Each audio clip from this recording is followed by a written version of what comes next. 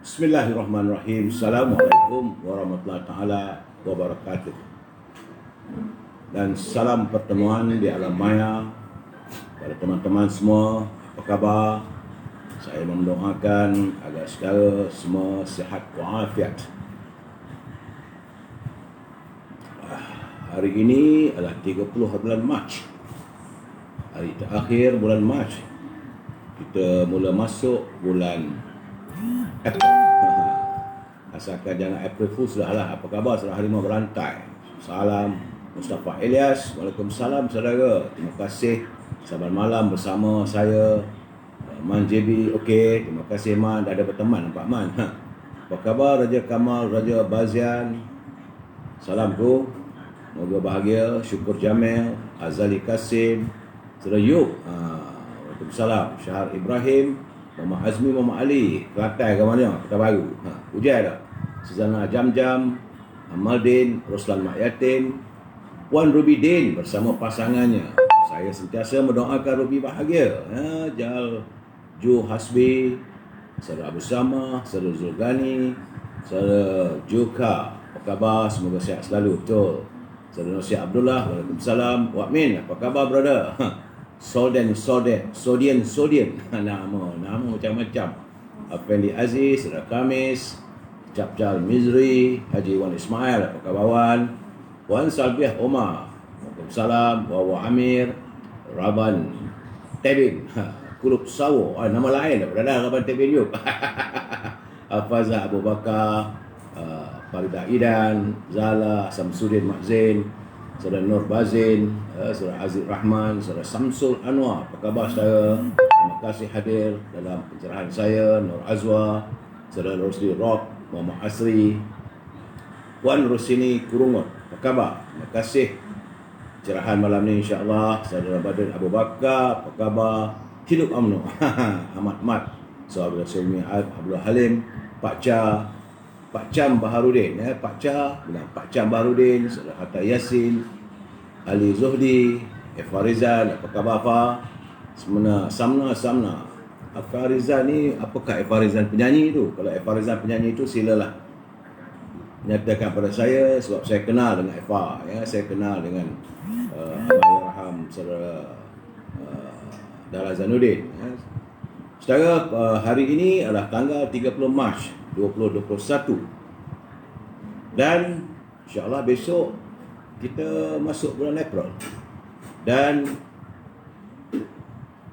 tinggal 14 hari kita akan mula hadir dalam bulan Ramadan. Saya perlu melaporkan cucu saya nak masuk lah tu. Kalau tak masuk tu dia muka masam. Sebelum saya bicara yang lain, cucu saya nak masuk. Apa khabar semua? Dia dapat jenguk cukup lah. Nampak macam mana cara dia tengok akinya sentiasa beri pencerahan, ngintai-ngintai lah saudara, kes baru tiba-tiba naik balik. Semalam 3 angka, hari ini naik balik 4 angka, iaitu semalam 941, hari ini kembali semula 1133 jumlah mereka yang telah pun terkumpul yang dijangkiti wabak virus corona. 344,018 orang dengan mengundang kematian. Jumlah kematian adalah 5 orang hari ini. Jumlah kematian keseluruhannya adalah 1,265. Di Sabah alhamdulillah 2 angka, tetapi hari ini naik sikit. Sebab semalam 34, hari ini naik 41. Labuan kekal 1. Di Sarawak turun tetapi masih lagi dalam angkaan 3 angka, itu 153 orang. Begitu juga di Kedah. Awak cek, dah elok dah 13 tu, dah turun. Kemarin 23, semalam turun 13, hari ni naik balik 41. Begitu juga dengan Penang. Mami, Combi, Nana, Mamu. Cik tak mau angka ni. Cari jalan cik. Dah 194 balik. Semalam 164. Hari ni naik balik 194. Jadi warga Penang berhati-hati. Nampak gayanya COVID-19 di Penang ni masih belum ada keregaan. Sebab angkanya masih 212 turun 164, naik balik 194.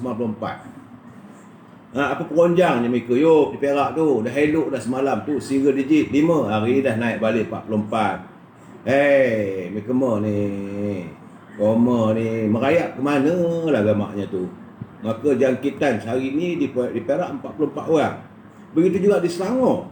Selangor tiba-tiba saja semalam 219 ada kelegaan. 2 hari lepas 256. Tiba-tiba hari ni 401 orang yang dijangkiti virus corona.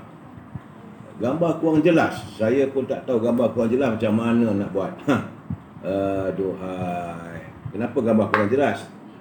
Teman-teman Jekom jangan kacau. Saudara. Aduh. Okey. Tak ada gambar? Macam mana ni? Saudara Iskandar Zulkarnain, tak ada gambar. Mereka mengganggu kita lah tu gamaknya. Tak apa, saya bagi pencerahan lagi, berteruskan. Di wilayah Persekutuan 53, di Putrajaya 1, Negeri Sembilan pun meningkat balik. Semalam 18 hingga 39. Di Melaka ada pengurangan, tapi masih lagi single digit. 2 hari lepas 5, naik 8, hari ini turun balik 6. Begitu juga di Johor, Alhamdulillah. Johor sudah ada nampak pencerahannya. Apabila daripada 171 semalam, hari ini turun 96. Cuma di Pahang meningkat daripada 5 kepada 16. Di Terengganu daripada 4 turun 2, single digit. Tahniah warga Terengganu berusaha untuk mengurangkan. Di Kelantan juga ada pengurangan daripada 49 kepada 44. Okey, clear Sifah Sabi, terima kasih. Cuma di Perlis tak dapat mempertahankan sifarnya. Hari ini di Perlis naik satu angka, iaitu 1 jangkitan. Bagaimanapun kita harap warga Perlis dapat mempertahankan sifarnya. Kita mahu kalau boleh biarlah sifar biarlah pandemik virus corona ini segera berakhir supaya rakyat semakin tertekan ni. Saya ingin memberi pencerahan sedikit nanti. Tapi sebelum itu kita dengar dulu tazkirah pendek. Itu baginda Rasulullah SAW berpesan, kerana katanya di ambang kiamat nanti sistem nilai akan hancur. Islam hanya sekadar slogan, kerana manusia keliru antara mana yang benar dan mana yang batil. Ulama jahat kian ramai, lantas penipu-penipu dijadikan sebagai pemimpin. Makin menipu, makinlah mereka dilihat berkaliber. Itu pesan Rasulullah. Kerana sememangnya acap kali baginda Rasulullah telah menggambarkan senario kepincangan masyarakat dan manusia yang jahil.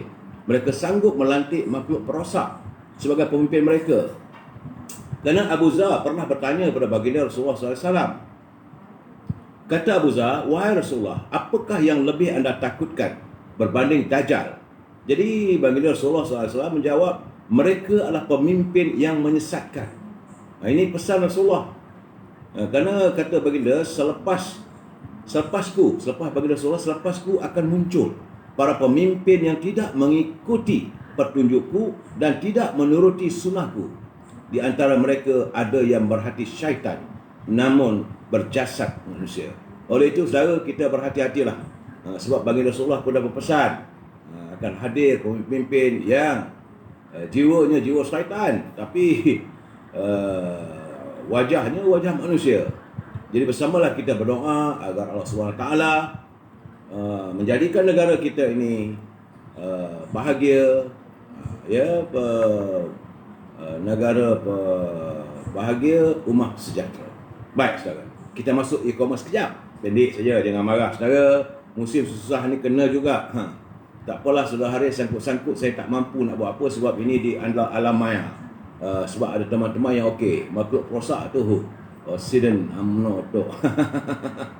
Jadi kalau ada saudara ada mempunyai barangan untuk diiklankan, ini dekat bulan puasa ni, silalah berhubung dengan Azhar 011330 41241. Kalau menghubungi Azhar, jangan lupa Radang Tok, penghasilan ibunya ataupun Baulu Bedal, orang Perak. Teman orang Perak yuk.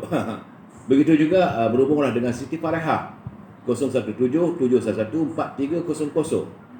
Bila berhubung dengan Siti Farehah, jangan lupa dendeng manis Siti Farehah. Kalau saudara memerlukan buah-buahan segar daripada luar negara yang enak, yang rangup, yang harganya lebih murah daripada harga pasaran, ini untuk di Lembah Kelang, berhubung dengan saudara Syauqi 0123575703. beliau boleh menghantarkan terus direct ke rumah anda. Ini untuk di Lembah Kelang saja ya.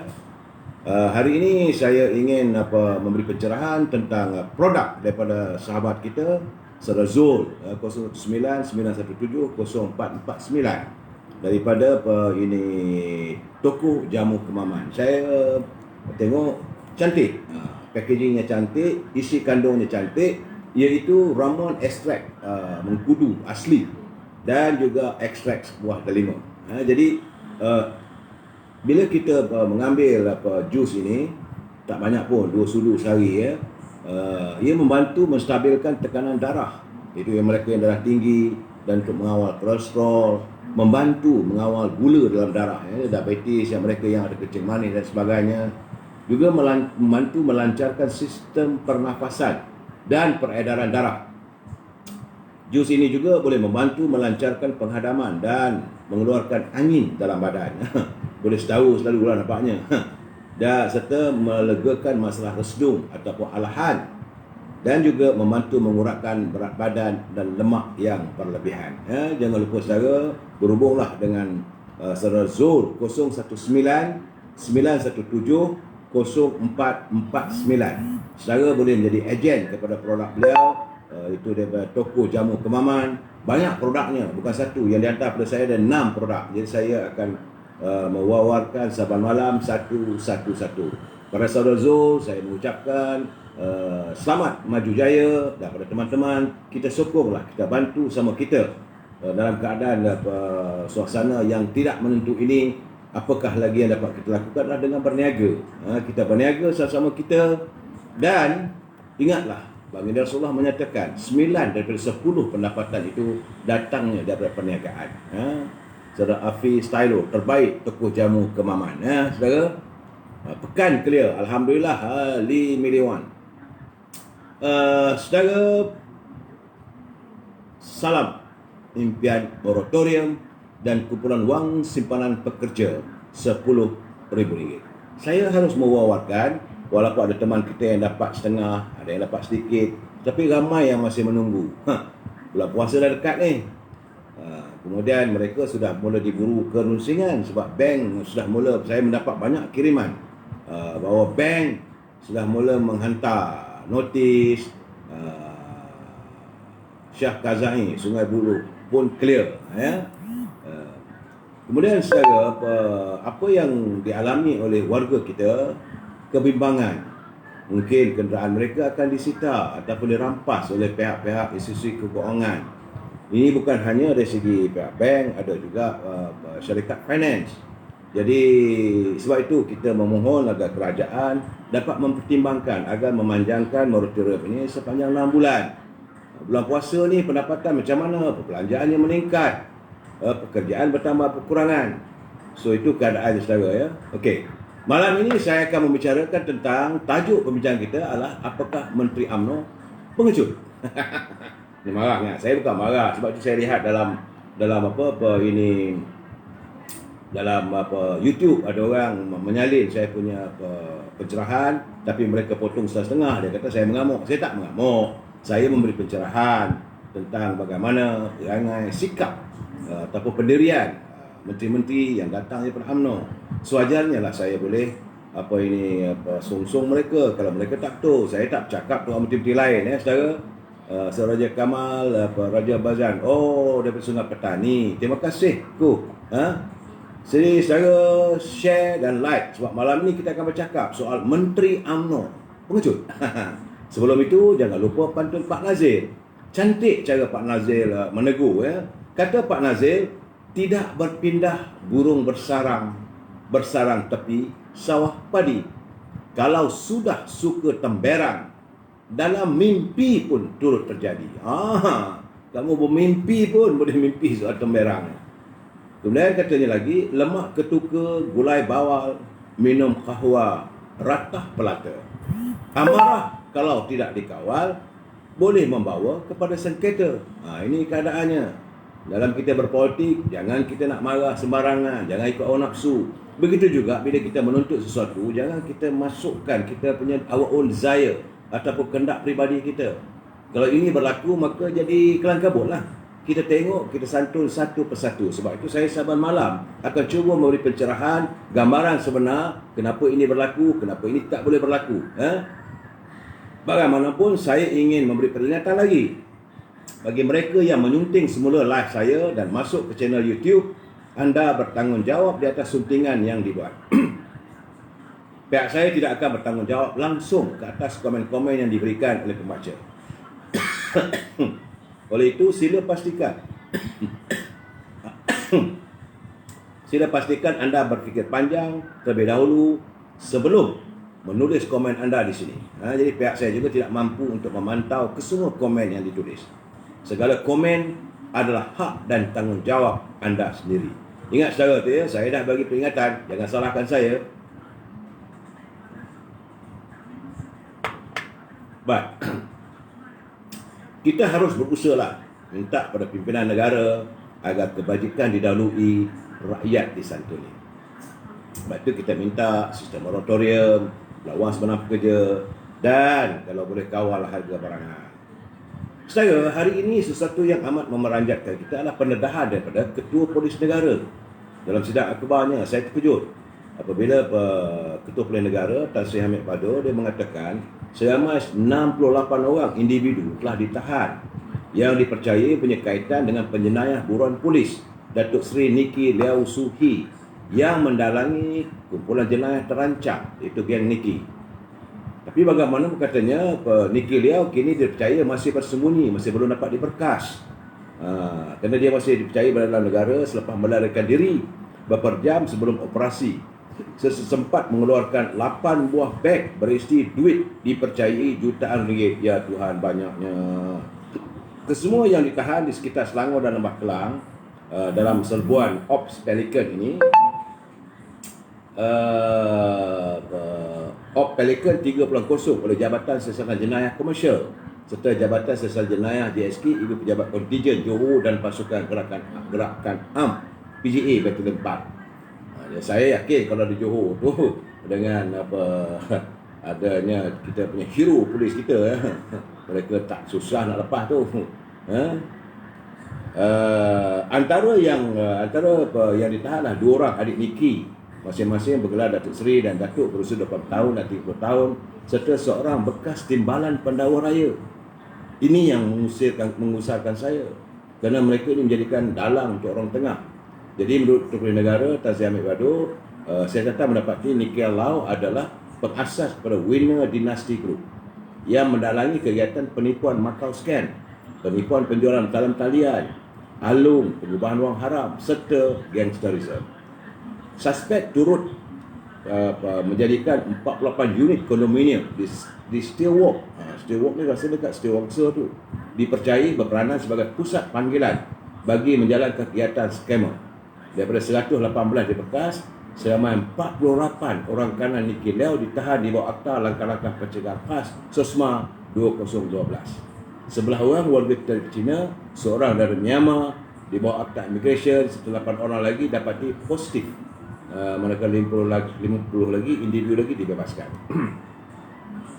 Jadi dalam sebuah itu, polis merampas pucuk pistol dan juga kelopak peluru serta wang tunai RM773,145 dalam pelbagai mata wang asing, serta 8 kenderaan. Wah, hebatlah, hebat penjenayah ini. 8 kenderaan mewah turut dirampas, antaranya adalah Rolls Royce, Bentley, 5 buah Toyota Alphard, Velfire, BMW, Mercedes, Porsche, Volkswagen, dan kesemuanya bernilai 6.67 juta. Itu kenyataan beliau dalam sidang akhbar petang tadi ya. Jadi Tan Sri Hamid berkata pihaknya membekukan 41 akaun bank bernilai 4.5 juta ringgit dan 30 unit kenderaan bernilai 8.86 juta yang melibatkan 21 individu serta 16 entiti di bawah Seksyen 44/1 Amla Tifwa 2001. Jadi antara entiti dikenal pasti Yayasan Emperor Sedunia dan Pertubuhan Integriti Nicky Liao Malaysia. Selain polis sedang menjejaki aset-aset seperti tanah, rumah, saham dan sebagainya bernilai bilion ringgit. Begitulah keadaan sekarang negara kita secara mereka melakukan pelbagai jenayah. Sebab itu saya katakan apabila negara dalam keadaan susah, jenayah semakin bertambah. Bagaimanapun kita bersyukur bahawa pihak polis kita masih lagi mantap dan mereka mampu untuk memburu setiap penjenayah. Dan kita berdoa agar mereka berjaya menghapuskan kegiatan jenayah. Janganlah dijadikan bumi merdeka ini sebagai pusat penjenayah. Okey saudara, jangan lupa beri pencerahan. Okey. Now kita masuk bagai ekonomi. Kerana saya menerima kiriman daripada Gordon Rahman daripada Datuk Rahman Bakar punya friends. Dia kata bulan lalu IBM cabut ke Indonesia. Memang hebatlah Indonesia ni. Selepas Jokowi menjadi pemimpin dan hari ini kini mereka sedang membina laluan lebuh raya dari pulau ke pulau. Meriah Indonesia ni. Tapi negaraku Malaysia, kita telah tersalah pimpinan negara. Dan negara telah tertipu janji-janji manis Pakatan Harapan. Kini negara ditabir oleh segala-galanya cacar merbah. Dan keprihatinan Gordon Rahman adalah bagaimana dengan nasib warganya. Tapi tak mengapalah, kita tunggulah 2 purnama lagi. Bila hari perhitungan tiba, kami anak Malaysia akan membuat perhitungan. Kerana Ibu Pertiwi pasti kami genggam kembali. Ini tekad daripada saudara Gordon Rahman. Bersamalah kita tak mau menyalahkan sesiapa. Tapi dalam keadaan suasana negara hari ini, saudara Mak Ridwan Bakar cantik lukisan belakang. Saudara Mahrudin Mohamad, terima kasih. Dan menurut laporan dari Perangkaan Perdagangan Luar Negara, Malaysia telah mencatatkan peningkatan prestasi perdagangan dengan mencapai angka 2 digit atau 15.4%. Jadi kita pun hairan. Macam mana boleh dapat begitu banyak?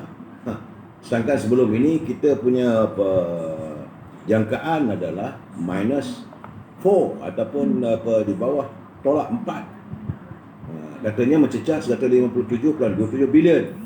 Dana jumlah yang direkodkan sehingga Februari 2021 merupakan pertumbuhan tertinggi berbanding Februari tahun lalu.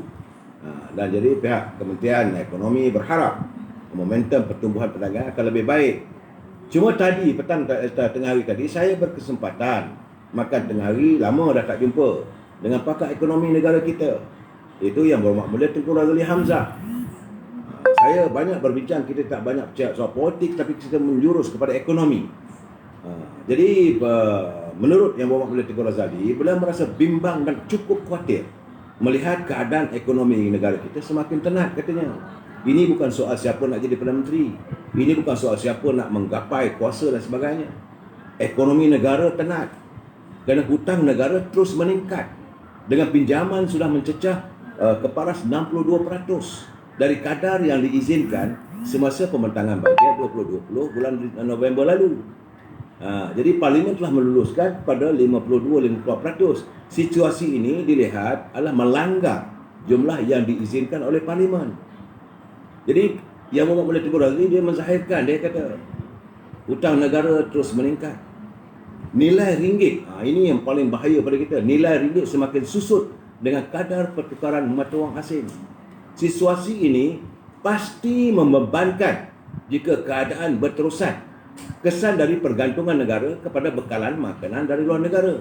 Apabila wang kita kecil, jadi kita mengimport makanan, tentulah benda ini akan meningkat. Sekarang ini kenaikan nilai mata wang luar berbanding dengan ringgit adalah sekitar 15 ke 20%. Dan tentulah barangan yang diimport akan meningkat pada nilai 20%. Kalau itu berlaku, bila sampai ke negara kita dan diagihkan kepada pengedar-pengedar, akhirnya apabila barangan itu sampai kepada pengguna, dia akan mencecah kepada tahap kenaikan 35%. Dan kita, negara kita, 95% penggantungan barang makanan. Beras, gula, tepung dan banyak lagi barang-barang makanan. 95% kita bergantung daripada negara luar. Dan bila kita membeli, kita tidak mempunyai stok ataupun stockpile. Dulu, zaman Tun Razak, zaman Tun Hussein On dahulu, kita mempunyai simpanan bekalan makanan untuk 3 bulan. Sedangkan waktu saat ini kita cuma ada sekitar dalam 2 minggu saja. Dan ini yang paling mengerikan. Yang Mulia Tengku Razali kata, Datuk wawarkanlah, nyatakanlah pada teman-teman supaya berhati-hati, menyimpan barangan, apa-apa. Kerana dia kata, dia cukup takut kerana kita akan mengalami krisis makanan. Kerana makanan kita, pengantungan kita daripada negara luar. Jadi sebab kesan daripada kejatuhan ringgit, barangan keperluan sukar dikawal. Dan peningkatan kos import meningkat. Jadi yang kebimbangan yang bawa Mulia Tengku Razali, dia kata adalah tentang sistem perbankan kita. Kalau kita punya ekonomi terus mengudum macam sekarang ini, sistem keuangan perbankan kita boleh mengakibatkan tidak menentu. Apabila wang deposit ke dalam kantong bank, dia beliau menyatakan pihak bank memerlukan deposit, bukan pelabur. Negara kita sebenarnya memerlukan deposit penyimpan dari negara luar. Tapi wang-wang daripada dalam negara kita sekarang ni dibawa keluar oleh para pelabur serta mereka yang bekerja sebagai pekerja-pekerja daripada buruh asing dan sebagainya, mengalir keluar. Dan ini mengakibatkan ringgit kita bertambah lemah. Jadi berbeza dengan negara macam seperti negara Singapura. Negara Singapura, mereka bukan menerima pelaburan, tidak. Tetapi bank-bank mereka memperolehi simpanan daripada yang dianggapkan mungkinlah dikatakan sebagai pelabur. Saudara Kamal Zaman, dah COVID, apalah tu sembang je. Saudara Kamal Zaman, saya percaya beri pencerahan. Saudara jangan marah. Kalau saudara rasa tak senang mendengar apa penjelasan saya, tak ada masalah. Saya bukan nak sembang. Sebab siang tadi saya berpeluang bercakap bersama dengan orang pakar ekonomi. Who are you nak compare dengan Yang Mulia Tengku Razali? Saudara jangan kalau marah. Saya tidak pun mencerca kerajaan. Saya tak kata pemimpin saudara. Saudara nak marah pasal apa? Saya memberi pencerahan. Kalau nak dengar, tak dengar, tak apalah. Sebab keadaan ni sekarang ni negara kita terancam dalam tempoh 3 bulan mendatang. Dalam tempoh bulan mendatang, negara kita akan terjebak dalam krisis yang lebih serius. Saudara tak nak dengar, tak apalah. Besok kalau nak lingkup, saudara lah yang lingkup. Saya nak kata macam mana? Sebab itu beliau menzahirkan kebimbangan kerana sistem perbankan sebenarnya bank memerlukan pendeposit. Dia bukan pelabur, pendeposit. Bila pendeposit simpan dalam bank, barulah bank boleh memberi pinjaman. Itu cara bank berniaga. Dia dapat datang 1 juta. Okey, dia bagi pinjaman kepada orang lebih kurang 500,000, 600, 700,000. Dan pendeposit dia punya interestnya rendah. Bila dia bagi pada pinjaman, ada depositnya tinggi. Jadi dalam keadaan begitu, di situlah bank membuat keuntungan. Tetapi bila tidak ada simpanan yang nak masuk. Sebab itu seringkali dulu kita mempunyai kata yang Muhammad Tengku Razali, kita mempunyai simpanan daripada pelabur-pelabur luar. Apabila mereka mempunyai gerakan ekonomi, ada kilang, ada pelaburan, jadi banyak keberhasilan daripada perniagaan mereka simpan dalam bank. Jadi bank kita ini mempunyai kekuatan yang kukuh. Apa jadi kalau bank kita ini tidak kukuh? Kebimbangan yang Muhammad Tengku Razali adalah kalau bank kita ini runtuh, satu bank pun dah cukup, dia kata. Dan ini tentulah mengakibatkan di luar negara nanti ekonomi kita bertambah mengudum lagi. Dan kekhawatirannya kalau ini berlaku, IMF akan masuk campur. Ini yang kita takut. Apabila IMF masuk ke dalam negara kita, mereka akan menentukan segala-galanya. Mereka akan menentukan berapa sahaja kita boleh berlanjut. Yang akhirnya rakyat akan mengalami penderitaan. Yang Mulia Tengku mengatakan dia takut kerana dalam tempoh 3 bulan mendatang, kerana tidak ada nampak satu gerakan untuk mempertingkatkan ekonomi negara. Tidak ada hala tuju yang jelas. Sedangkan pelabur terus membawa pelaburan keluar negara. Yang ada dalam negara ini dibawa keluar. Mana nak datang dari luar? Kita sepatutnya mengadakan usaha mempertingkatkan pelaburan. Soal COVID is COVID lah. Soal perintah larangan lah. Soal darurat lah. Tapi perniagaan masih berjalan, katanya. Tetapi ini tidak berlaku. Dengan 200,000 siswaza yang tidak mempunyai pekerjaan. Dan 800,000 yang pasti ada yang telah menghilang pekerjaan. Malahan ada juga mereka yang ada bekerja. Mereka yang ada pendapatan, majikan-majikan sudah pun memotong 50%. Ada yang suruh cuti tanpa gaji. Jadi artinya pendapatan semakin berkurangan. Bila ini berlaku, bagaimana sistem ekonomi kita nak digerakkan? Tidak ada pengaliran. Dan Dewan Perniagaan Cina telah mengunjurkan, dia kata andai ekonomi tidak bergerak dalam dalam tempoh 2 atau 3 bulan mendatang, besar kemungkinan banyak premis perniagaan bakal ditutup. Dan kesannya tentulah kepada rakyat. Ini yang menjadi kegusaran kita. Sebab itu yang Muhammad Tengku Razak mengatakan, politik is politik lah. Tetapi kita mencari menjana pemikiran. Macam mana kita nak menyelamatkan negara yang terdedah. Ini keadaannya. Saudara yang dah masuk dalam bawah saya ini, nak bangkang macam mana? Saya harus melaporkan tadi sambil saya makan tengah hari dengan beliau. Beliau menzahirkan kekhawatiran kerana pimpinan negara dilihat seolah-olah kekeringan akal fikir untuk menangani masalah ekonomi. Pelabur lagi. Bila pelabur lagi, yang baru pun tak datang. Dan menteri-menteri sibuk bercakap soal politik. Tidak mau duduk menyantuni satu persatu masalahnya. Sebab kita dulu banyak. Dah hari ini kita punya perniagaan yang kita ekspor hanya berasaskan kepada sedikit getah, berasaskan kepada kelapa sawit, dan minyak kita pun ni cuma gas LPG je katanya. Sebab gas kita berbeza dengan minyak kita berbeza dengan minyak-minyak negara luar. Betul hari ini peningkatan harga minyak, ada peningkatan naiknya 70 ke 80 dolar bagi setiap tong. Tetapi ini tidak dapat bertahan lama sebab beliau menjangkakan dalam sebulan 2 nanti harga minyak akan turun. Kalau harga minyak akan turun nanti, tentulah ringgit kita akan bertambah susun. Hari ini pertukaran nilai mata wang berbeza antara kita dengan Amerika. Sudah RM4.15 bagi setiap dolar. RM3.15 setiap dolar Singapura.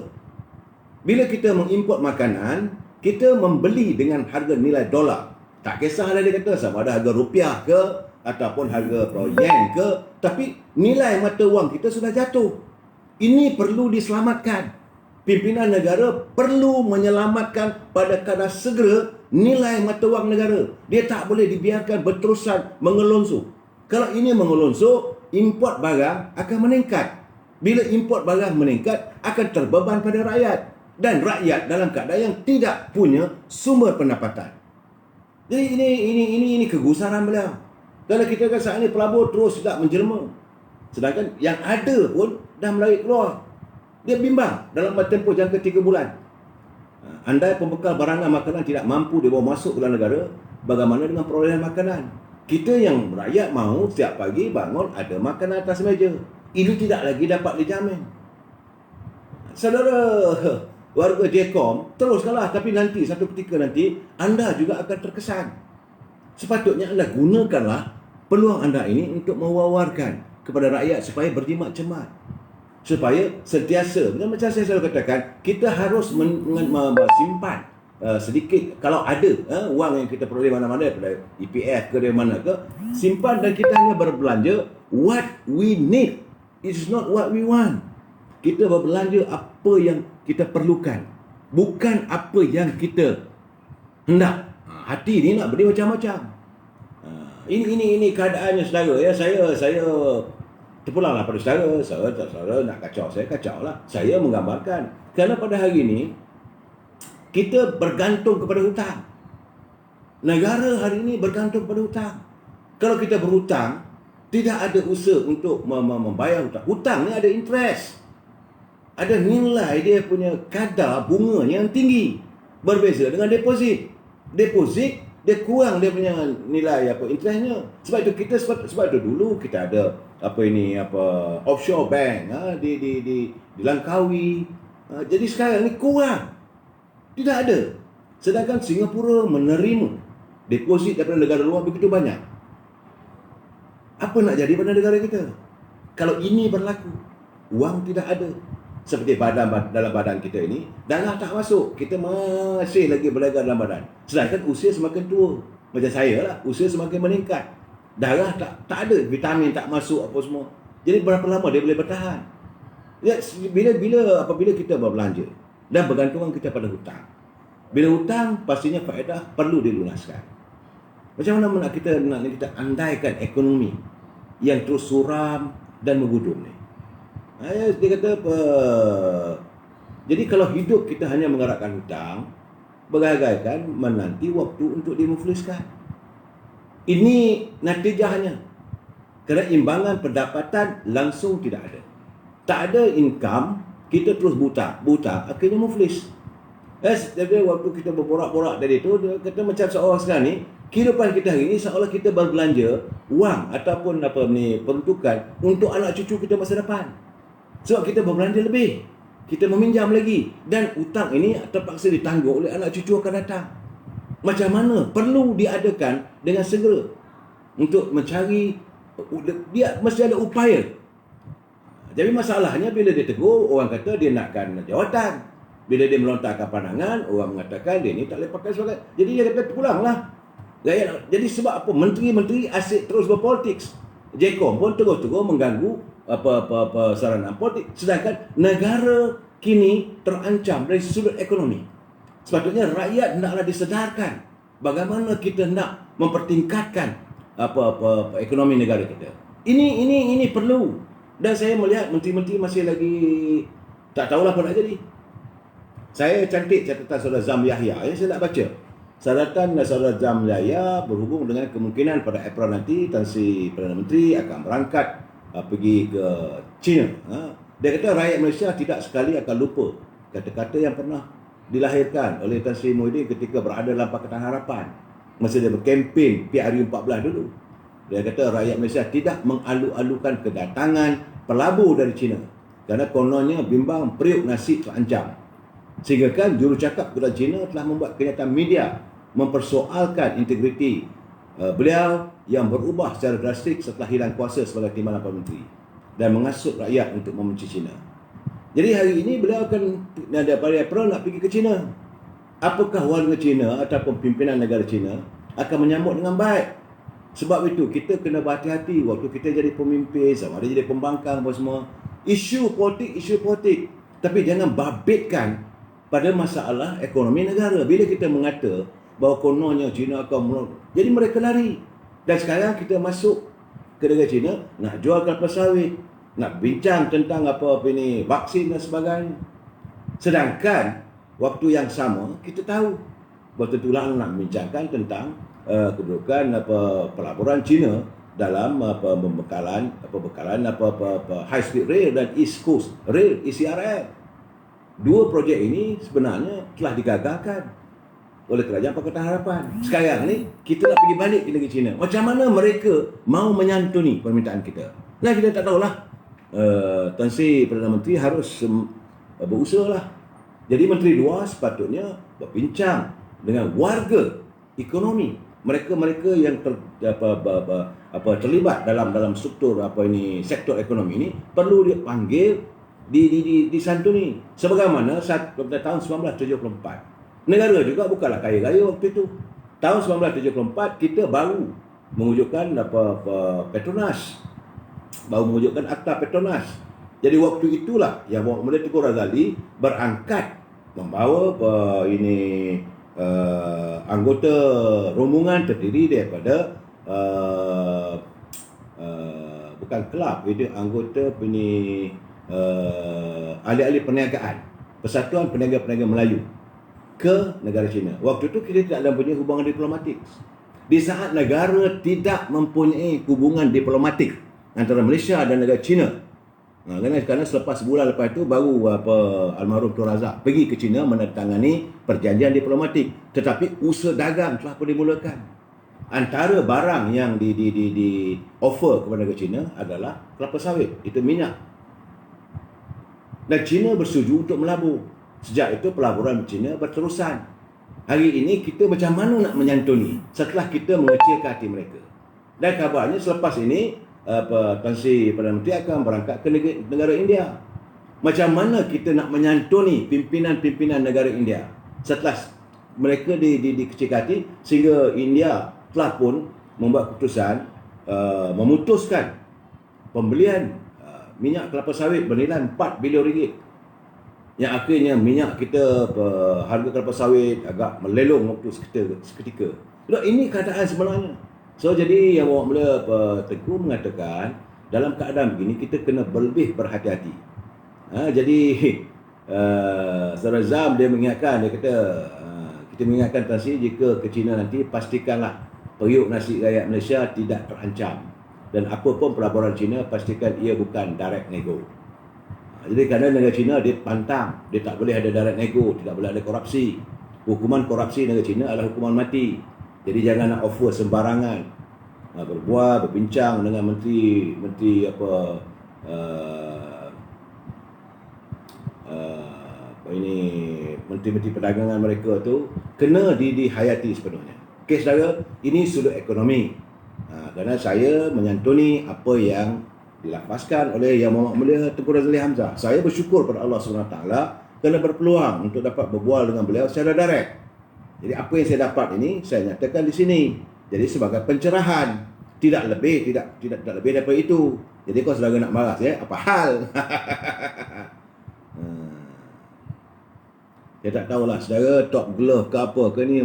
Top Glove menghadapi masalah di Amerika sebab semua ekspor rubber glove ditahan. Apa peranan ini? Saya katakan, apa peranan menteri bila ada masalah dalam keadaan negara begini ni? Apa masalahnya? Mereka kena santunilah. Jadi sebab itu saya, subjek kita malam ni, apakah Menteri UMNO bersedia untuk meletak jawatan? Ini soal politik. Bersediakah menteri-menteri dari UMNO untuk meletak jawatan?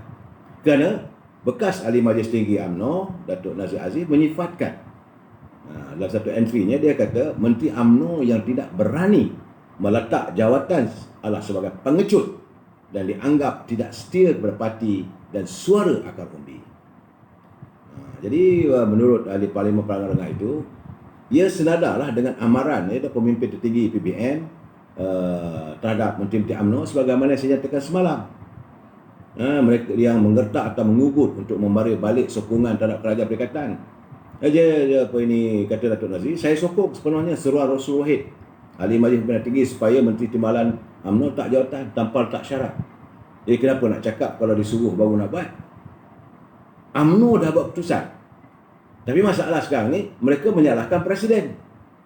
Sedangkan ini adalah tuntutan akar umbi. Jadi apakah menteri-menteri UMNO ni takut untuk meletak jawatan? Kerana dia setelah Rosul mencabar. Semalam Datuk Ridwan, Menteri Kereta Terbang, dia kata menteri-menteri UMNO ni bermuka dua. Kemudian Rasul Wahid Rasul dia mencabar kita. So sebab dia mengatakan bahawa letaklah jawatan. Jadi macam mana menteri-menteri UMNO ni nak berbincang? Zahmat Azmi, Tuan Hassan bakal PM. Kita tak kisah siapa saja bakal PM. Kita akan memenuhi tuntutan demokrasi. Asalkan jangan kesongsangan. Siapa saja daripada menteri, laksanakanlah. Kita yakin pemimpin tiap-tiap parti itu mempunyai power. Takkanlah ahli dia memilih mereka sebagai pemimpin. Dalam keadaan begitu, terpulanglah. Jadi sebab itu Datuk Nazir Aziz mengingatkan Menteri UMNO yang berada dalam Kerajaan Perikatan Nasional supaya mempertahankan maruah diri. Itu yang semalam saya dah katakan. Di mana maruah kita bila kita disonsong? Jadi saya pun tak tahu macam mana keadaannya, sebab petang semalam beberapa orang menteri daripada UMNO telah pun bertemu dengan Tan Sri Perdana Menteri. Tan Sri Perdana Menteri meminta agar mereka tidak meletakkan jawatan. Sedangkan sehari sebelum itu beliau mengatakan bahawa tak ada masalah. Tak jawatan kan tak pencen. Ini soalnya sekarang ni bukan soal pencen tak pencen. Sebab itu saya katakan, di mana mereka meletakkan kepentingan? Apakah kepentingan rakyat ataupun kepentingan negara ataupun kepentingan peribadi? UMNO setelah memikirkan di peringkat ini, bukan hanya di peringkat Presiden, bukan hanya Majlis Tinggi, ia juga bersangkut paut dengan ahli-ahli peringkat akar umbi. Apabila ahli-ahli mengusulkan supaya penarikan, sebab ahli-ahli pun dah tak tahan. Jangan lupa ahli-ahli kita di peringkat akar umbi sana bukan hanya orang kampung, berada. Ada juga di kalangan ahli-ahli kita yang bergelar profesor. Mereka juga pakar daripada ekonomi. Mereka melihat ketempangan ekonomi negara ini kesan daripada pimpinan negara yang tidak begitu berwibawa. Jadi untuk begitu, kita tarik dirilah. Segerakanlah diadakan pilihan raya sebagaimana tuntutan UMNO peringkat awal. Selepas pilihan raya, kita memilih, biar rakyat memilih dan kita mempunyai sebuah kerajaan yang lebih stabil. Ini sekarang ni kerajaan yang songsang, di mana minoriti menguasai yang majoriti. Akhirnya mereka yang berada dalam kepimpinan kabinet itu kabinet yang songsang. Mereka boleh dikuasai oleh orang yang lebih kecil daripada mereka dan mereka takut. Ini menjadi keheranan. Rakyat dah tuntut. Rakyat minta supaya letak jawatan lah, nak buat apa jumpa-jumpa lagi. Dia kata ramai ahli-ahli dan perwakilan UMNO kecewa. Kerana menteri dan timbalan menteri serta pengerusi JST dari parti itu tidak segera meletakkan jawatan selepas selesai Perhimpunan Agung UMNO. Jadi mereka kena ingat, mereka jadi menteri disebabkan calon UMNO, bukan kerana ketua bahagian. Dia suka tak suka, keputusan Perhimpunan Agung UMNO telah buat keputusan, telah buat ketetapan. Jadi soalnya bulan Ogos ke, awal ke, tak kisahlah, letak sajalah jawatan. Tapi tiba-tiba pergi bertemu dengan Perdana Menteri. Konon-konon nak ambil hati, kalau nak menceritakan bahawa saya tak berucap dalam perhimpunan, yang berucap adalah ketua-ketua perhubungan. Memanglah saya hayati semua mereka yang berucap membahaskan usul penarikan diri itu datang daripada ketua-ketua perhubungan yang tidak mempunyai jawatan menteri. Macam daripada Negeri Perlis, Syahidan yang kena bu. Kemudian dari segi Negeri Kedah, iaitu Datuk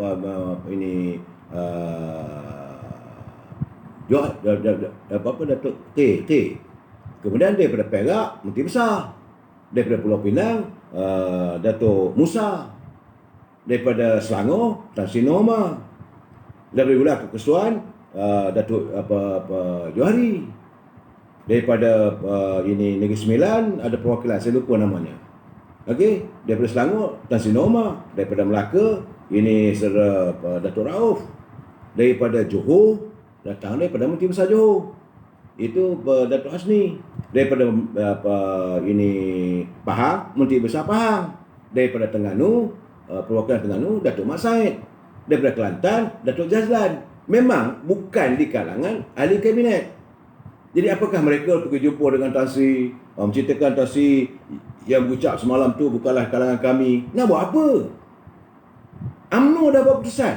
Ahli-ahli UMNO menuntut mereka. Kenapa harus dikecewakan? Kenapa harus dikecewakan? Ahli, kalau mereka buat keputusan begitu, tentulah ada sebabnya. Sebagai saya katakan, ahli-ahli UMNO dah tak tahan dengan kerenah yang ada dalam PBM. Dia sudahlah. Jadi kita tarik sokongan, minta supaya dia adakan pilihan raya ataupun serah baliklah pada Duli Yang Maha Mulia Pertuan Agong untuk memilih sesiapa sahaja mengikut artikel 43 yang pada fikiran baginda mempunyai keabsahan ataupun mempunyai sokongan majoriti di kalangan ahli-ahli Dewan Rakyat. Supaya bila jawatan Perdana Menteri itu ada dia punya legitimacy, ada dia punya keabsahan, jadi keyakinan dunia luar akan kekal. Ini tidak. Keabsahan ataupun legitimasi Perdana Menteri itu menjadi persoalan. Jadi pelabur-pelabur datang ni pun dia takut.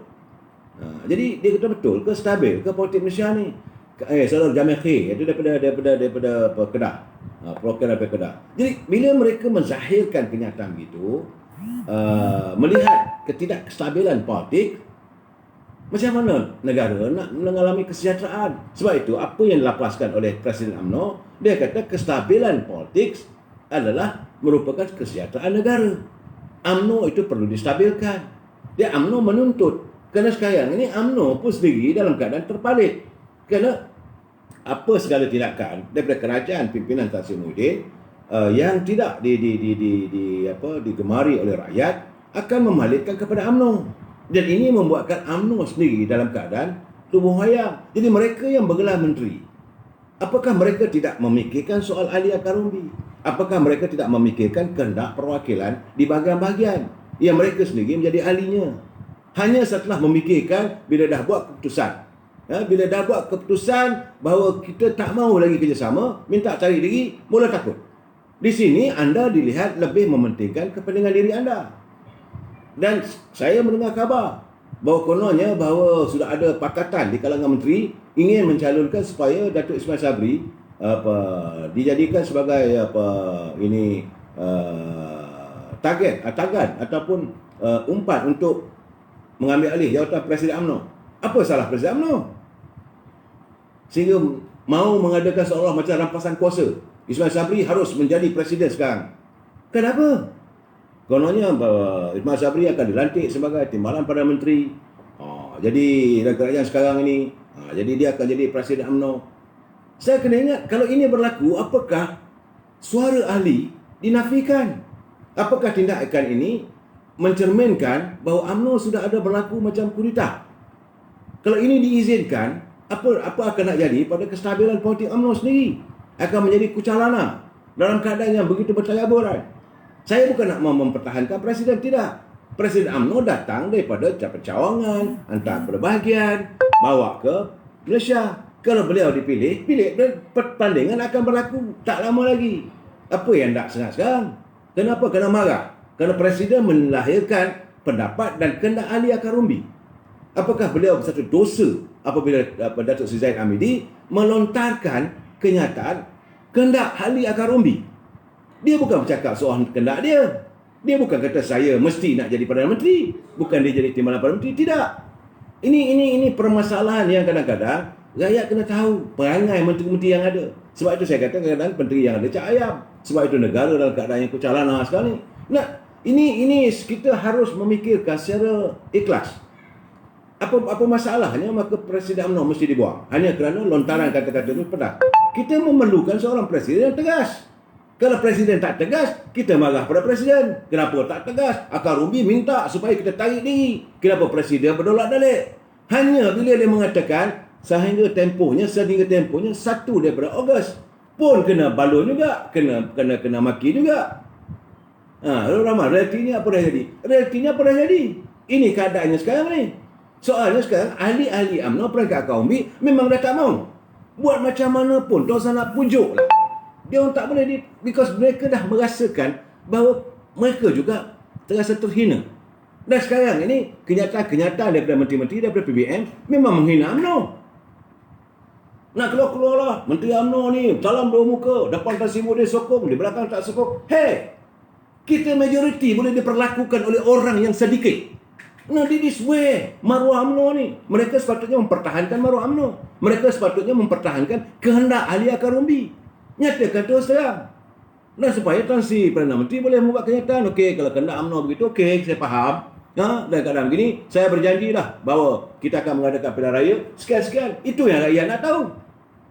Itu saja. Bukannya kita benci. Ahli-ahli UMNO tidak pernah pun merasa benci pada sesiapa. Dan kita tak menyalahkan minister sekarang ni dilagakan pula antara UMNO dengan PAS. Kononnya ucapan Presiden UMNO menyinggung pimpinan PAS. Bila masa pula ucapan Presiden UMNO itu menyinggung Presiden PAS? Tak ada apa, cuma kita bercakap, kita menzahirkan kekecewaan warga UMNO terhadap muafakat nasional yang kita santun. Seri Mazlan, bisiklah sokok tinggi, tak kisahlah anda. Anda tak suka, get out. Malam saya berkasar sikit. Kalau anda rasa telinga anda panas, keluar, saya tak ganggu siapa pun. Kenapa anda masuk dalam wall saya? Saya tak mengundang anda kalau anda merasakan begini. Nah, bagi saya, jangan anda ganggu kita waktu saya bagi pencerahan. Apa yang dizahirkan oleh warga UMNO terhadap pimpinan PAS. Dulu kalau saya dah katakan, jangan kita undang, udah berpisah. Sekarang ni, mereka memang nak memecahkan muafakat nasional. Kerana wujudnya muafakat nasional itu merupakan berkali-kali saya katakan adalah mimpi ngeri kepada pimpinan daripada Pakatan Harapan. Bila rakyat bersatu padu, sebab rakyat merasakan mereka tertipu, mereka terperdaya dengan janji seribu mimpi oleh Pakatan Harapan. Dan kerajaan yang ada hari ini adalah legasi daripada Pakatan Harapan yang lalu. Ini jangan dinafikan. Kenapa kita harus nak menafikan realiti? Jadi kerana anda takut untuk kehilangan jawatan. Kalau anda rasa kuat, anda rasa kukuh, let's fight it. Saya menghormati apabila Tan Sri Perdana Menteri mengatakan beliau akan meletakkan calon di 222 kawasan parlimen. Carry on. Ada kita nak kata, oh jangan. Tak ada. Okey, kita akan bertanding. Kalau pula PAS pula memilih untuk bersama dengan PBN, carry on. Tak ada masalah pada kita. Cuma kita menzahirkan kekesalan kita. Kita itu hari ingatkan masuk pertandingan dalam pilihan raya PRU 15 dulu kita bersama dengan PAS. Itu saja. Kalau kita bersama dengan PAS melalui Muafakat Nasional, banyak kursi-kursi yang dimenangi oleh Amanah, yang dimenangi oleh PKR itu dapat kita tebus balik. Dan mana-mana kursi yang dimenangi oleh Pakatan Harapan dapat kita menangi. Ini realitinya. Dan sekarang ni mereka berjaya memecah belahkan Muafakat Nasional. Tapi saya berkeyakinan ahli akar umbi, peringkat bawah, peringkat akar umbi PAS, mereka juga sedih, kecewa benda ini berlaku. Sebab itu saya katakan bila hadirnya pilihan raya umum akan datang, mereka tidak akan boleh diarah untuk mengundi orang tua. Tidak. Mereka juga ada pegangan sebab mereka mahu menyantuni yang benar tetap benar. Ini sikit-sikit UMNO salah. Sikit-sikit UMNO salah. Bila UMNO bersuara, UMNO salah. Mereka melakukan tindakan maki hamun UMNO, boleh. Pimpinan daripada PBM menyatakan macam-macam. UMNO ni kena bersyukurlah. Tanpa PBM, mereka tak pakai jadi menteri. Hey brother, tanpa UMNO boleh ke PBM menjadi seorang Perdana Menteri? Presiden jadi Perdana Menteri. Tanpa UMNO, tanpa sokong UMNO. Dah lama dah, wuyuk dah kerajaan tu. Cuma kita menyantuni dengan berlapang dada pun kena marah. Kemudian bila yang kesilapan dilakukan oleh menteri-menteri apa semua tu, yang flip flop, buat ini keputusan ni, buat keputusan begini, dan terus menerus ekonomi menghudung, tidak ada usaha, pun UMNO yang marah. Bila kita menzahirkan kekecewaan kita, salah. Bila ada pikat pimpinan PAS untuk menyertai PN, parti Kerajaan Perikatan Nasional wujud, buatkan tubuh parti Perikatan Nasional. Setelah kita nampak tembelang anda. Bila kita dapat tahu anda punya tembelang itu, kita kata kita sedar. Enough is enough lah, kita tarik. Itu benar marah. Tiap-tiap kali apa saja yang berlaku dalam negara ini, UMNO yang dipersalahkan. Is it fair? UMNO tidak memerintah. UMNO bukan kerajaan hari ini. UMNO hanyalah berada menyokong kerajaan ada. Teruskanlah, tetapi apa yang berlaku? Bila kita beri mereka kuasa, beri mereka sokongan, apa mereka lakukan pada UMNO? Mereka tubuh pelbagai cawangan dan sebagainya. Dan saban hari menghina warga UMNO. Anda ingat warga UMNO tidak ada harga diri. Sebab itu sekarang ni saya tak marah ke warga PBM. Kekallah anda sebagai menteri. Warga PAS nak jadi menteri, tak kira dia. Kekallah sebagai menteri. Sebab dari saya dengar dapat war, kononnya PAS bersedia untuk meletakkan calon-calon mereka sebagai menteri menggantikan tempat UMNO. Carry on lah, tak ada masalah. Yang kita song-song sekarang ni adalah ahli-ahli parlimen UMNO yang berada sebagai negeri, sebagai menteri. That's all. Jagalah maruah parti. Anda berada di situ kerana UMNO. Jangan lupa. Jadi anda pun bersikap sebagaimana ini ahli-ahli UMNO yang melompat. Tak banyak beza lah. Jadi penyakit melompat dah sampai. Kalau rasa begitu, teruskanlah. UMNO tak marah. Warga UMNO tak ada maki hamun, tak ada. Warga UMNO kata kalau anda merasakan nak bersama dengan PBN, teruskan. Sebab itu nampak dalam war. Kalau Datuk Syahidan Kasim nak jadi ahli PBN, tak ada masalah. Tan Sri Anwar Musa nak menyertai PBN, kan tak ada masalah. Dan menteri-menteri yang lain, tak ada masalah. Kita akan berjumpa nanti di pilihan raya umum. Itu saja yang nak marah UMNO pasal apa? Ini masalahnya sikit-sikit kita yang salah. Sikit-sikit UMNO yang salah. Dan kita tak boleh bersuara. Anda berkata anda betul. Ini saya bila bagi pencerahan begini, bila terkena batang hidung anda marah. Berlapang dada lah sebagaimana kita warga UMNO berlapang dada. Dan kita bagi tahu bahawa kita sokong, kita ingat asas. Presiden UMNO dah bagi tahu asas. Boleh tanyalah dengan Tan Sri Muhyiddin. Boleh tanyalah dengan pimpinan daripada PBM yang dah jadi menteri sekarang ni. Bahawa kita dah bagi tahu bila runtuhnya kerajaan Pakatan Harapan, okey, kita kata kita nak pilihan raya. Tapi Tuanku kata, okey, bagilah dulu. Dan kita bagi tempoh, iaitu bulan Januari. Tidak berlaku. Kemudian kita bagi tempoh juga, sekurang-kurang selewat-lewatnya adalah suku tahun pertama 2021. Hendaklah diadakan pilihan raya. Umumkanlah bila pilihan raya. Tidak juga berlaku. Jadi kalau benda begitu, apakah kita masih terus membiarkan diri kita diperlakukan, oh ya, besok, lusa.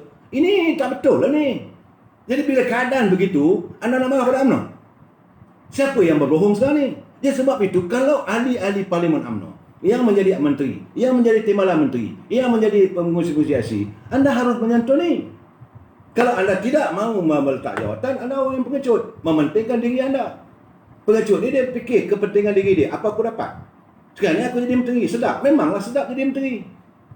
Tapi adakah anda rasa apa yang dirasai oleh mereka akan rumbi? Dan saya bercakap bahawa kekhawatiran saya, suatu masa nanti, bila berlaku pilihan raya umum, akhirnya rakyat benci pada menteri-menteri daripada UMNO.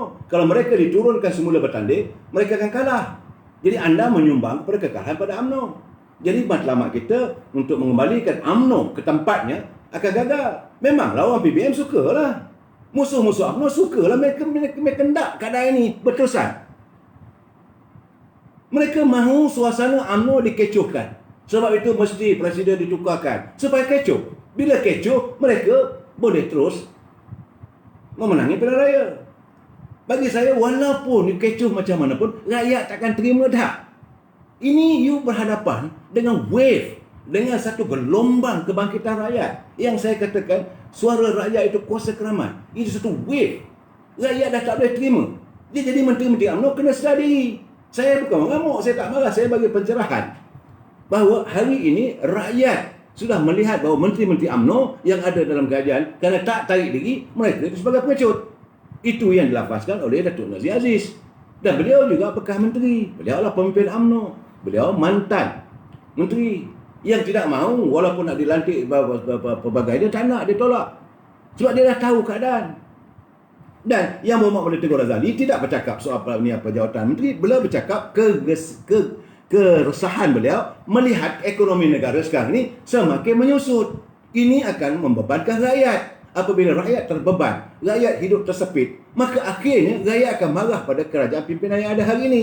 Oleh kerana adanya menteri-menteri daripada UMNO, maka UMNO pun terbalik sama. Ini yang kita khawatiri. So, cara terbaik, get out. Jadi anda nak marah pasal apa pula pada UMNO? Inilah keadaannya. Jadi kita jumpa lagi malam esok. Wabillahi taufiq wal hidayah. Assalamualaikum warahmatullahi wabarakatuh. Selamat malam.